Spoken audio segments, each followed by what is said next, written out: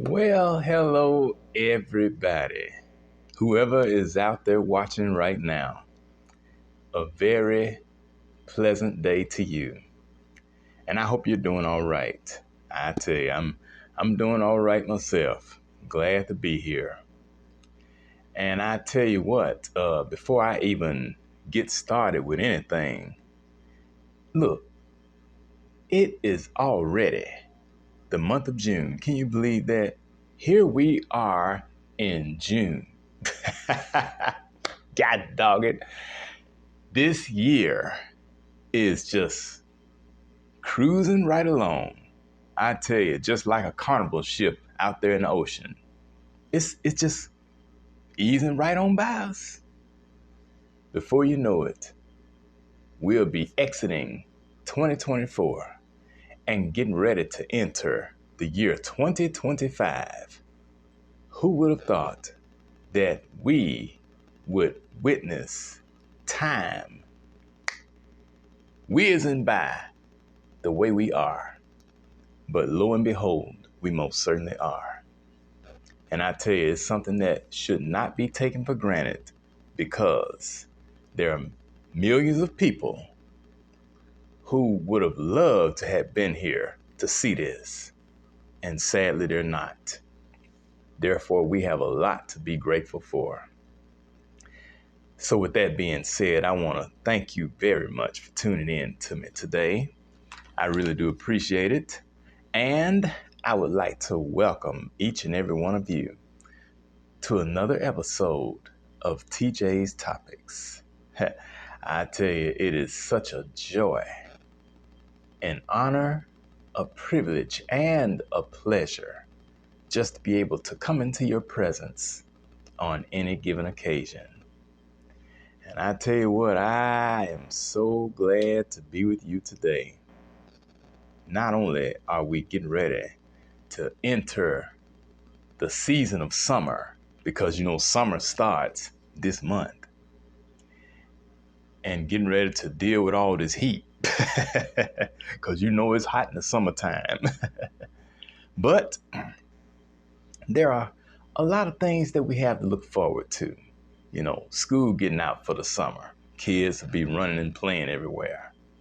But I hope that they'll be safe so that way they can make it back to the new school year, which is coming up very shortly, because summertime goes by just like that. Father's Day coming up this month. People will be celebrating their dads or their granddads, uncles, brothers, cousins, whoever it might be, husbands, sons, nephews, or any special man in your life. And Juneteenth, I definitely don't want to forget about that. When we observe the day when the last group of slaves were notified that they were freed down in Galveston, Texas. That's a very important holiday right there. So I'm going to go ahead on and get into today's topic, which is, and it doesn't have anything to do with June, by the way, because what I'm talking about today goes beyond summertime, goes beyond any particular month in the year. This is something that a lot of times people can deal with throughout their whole lives if they're not careful. But my topic is, you can love somebody and still not like them. That's what I'm talking about for a few moments. You can love somebody and still not like them.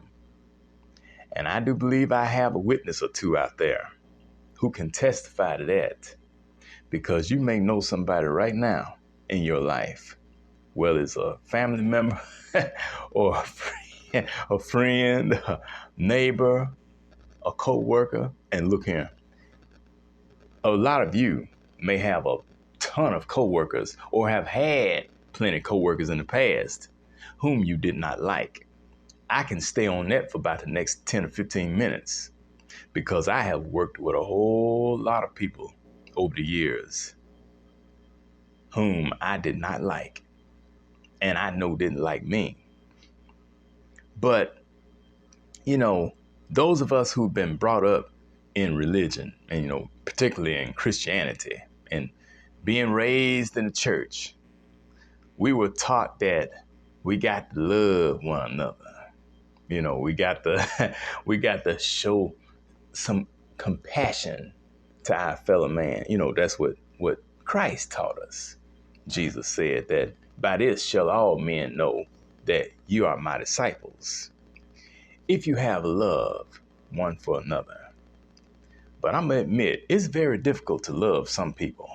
I mean, as hard as we try, sometimes it's just not feasible to show love and generosity and kindness and respect to some folk, because some people are just simply too difficult to get along with. I don't care what you do. I don't care how you do it or how often you do it. Some people are just hard to please. I don't care what it is. You can spend your last dime on some people. You can come and pick them up and take them to where they got to go. If they don't have a ride, you can be a source of transportation to them. You can be a source of comfort to them. A shoulder to lean on and to cry on. You can be there for them if they're sick. You can be there during their time of bereavement if they've lost someone they love.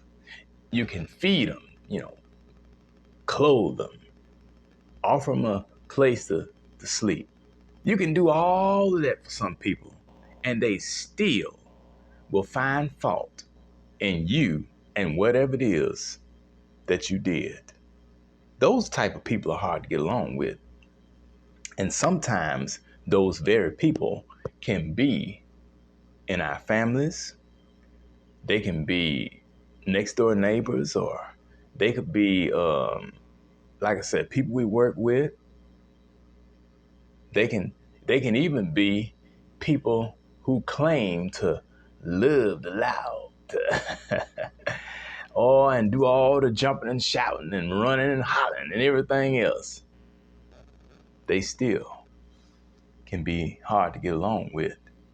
And it's really sad when you think about it. I mean, who wants to deal with folk like that? Because Lord knows I don't. I mean, and I have dealt with some characters in my lifetime. I mean, shoot, I have I have dealt with some crazy jokers out here. I'm talking about men and women, old and young, somewhat well off financially and not so well off financially. I mean, it's ridiculous, It's some people you just can't do anything for.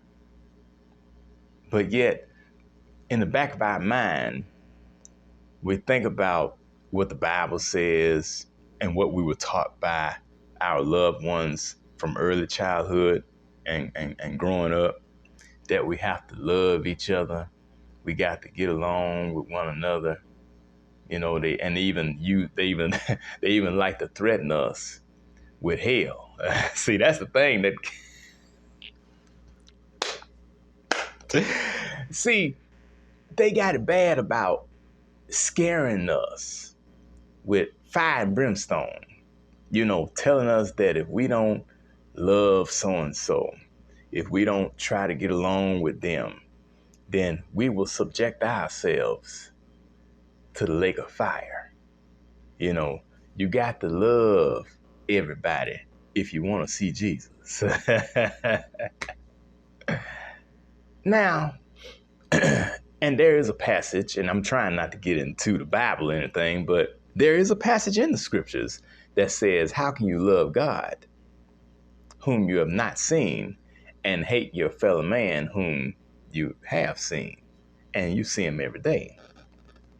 And that is a good question when you think about it, because, a lot of people, they have all of this love for a deity whom they have never laid eyes on in their life. And yet they can't stand this person, whoever it is that they're close to, whether in close proximity in terms of where they live, like a neighbor or may live down the street from them or something, or around the corner, somebody they work with, they can't stand them.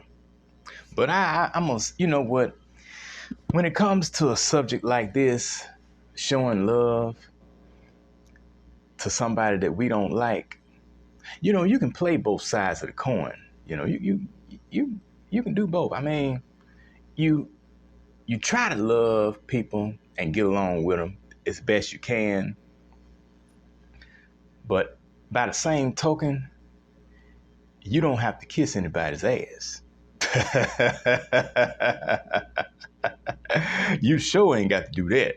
You sure ain't got that. You don't have to bend over backwards and and see, church folk will get mad at stuff like that. Now he shouldn't be saying nothing like that. See, that ain't what God would be pleased with. But look, how do they know what God would be pleased with? See, what it is, I'm gonna tell you this, and I'm not gonna be long. See, I've learned in almost 45 years of living that a lot of times when Christians say what a person ought not do because God wouldn't be pleased with it, it's not so much that there's this being in the universe that would find certain things that we say or do displeasing. But what it is, it's they themselves who claim to represent this being or this deity in the universe, who would find whatever it is that we say or do to be displeasing. See, that's what it all boils down to. It's not so much of what God would find fault with when it comes to dealing with us, but it's what these individuals would find fault with when it comes to, to dealing with us, because they try to be so holy. They think they're holy, and they think they got all the Holy Ghost there is. They think that they got all the religion that anybody could ever have in life. And they, just because they do all the hand clapping, all the foot stomping, all the running and hollering and buck jumping and flipping the pews over and stuff, that they're above and beyond being at fault or being in the wrong. But 9 times out of 10, it's those very ones who do the biggest amount of dirt. And how many of y'all know that it's the guilty dog that barks the loudest? It's always that dog that's doing all the barking and stuff. He's the one that's the guiltiest of whatever it is that he is barking about. So I just thought I'd point that out, and so tell me this: do you have anybody in your life, whether it's a parent or a grandparent or any relative or so-called friend, probably more along the lines of an associate than a friend, whom you find it very difficult to get along with? Somebody that lives in your neighborhood, or somebody you work on the job with, maybe a supervisor or something, or a coworker or anything like that. And you have trouble getting along with those individuals because they have proven themselves to be one of the biggest sapsuckers to ever live. And like I said, you don't have to kiss anybody's butt. You ain't got to lick and lap behind anybody in order to have a friend. It's a way to be a friend to somebody without kissing their tail. You don't have to do that. They may want you to. And there are a lot of people out here who expect others to kiss their behind. But you don't have to do that and be a friend, because all you're doing is making a fool out of yourself. And it's never a good thing to do. So I think that's enough on that subject. You can love somebody and still not like them. And remember, if it's true that we're required by God or source to love one another, he never said that we have to like them. No, you don't have to like anybody. Mm-mm. You know. And look, you don't have to be up in folks' face all the time either to be their friend. I learned that too. No, you don't have to be grinning every time you turn around. You're grinning with them, and you're sitting up in their house and riding in their car, you eating food at their table and stuff.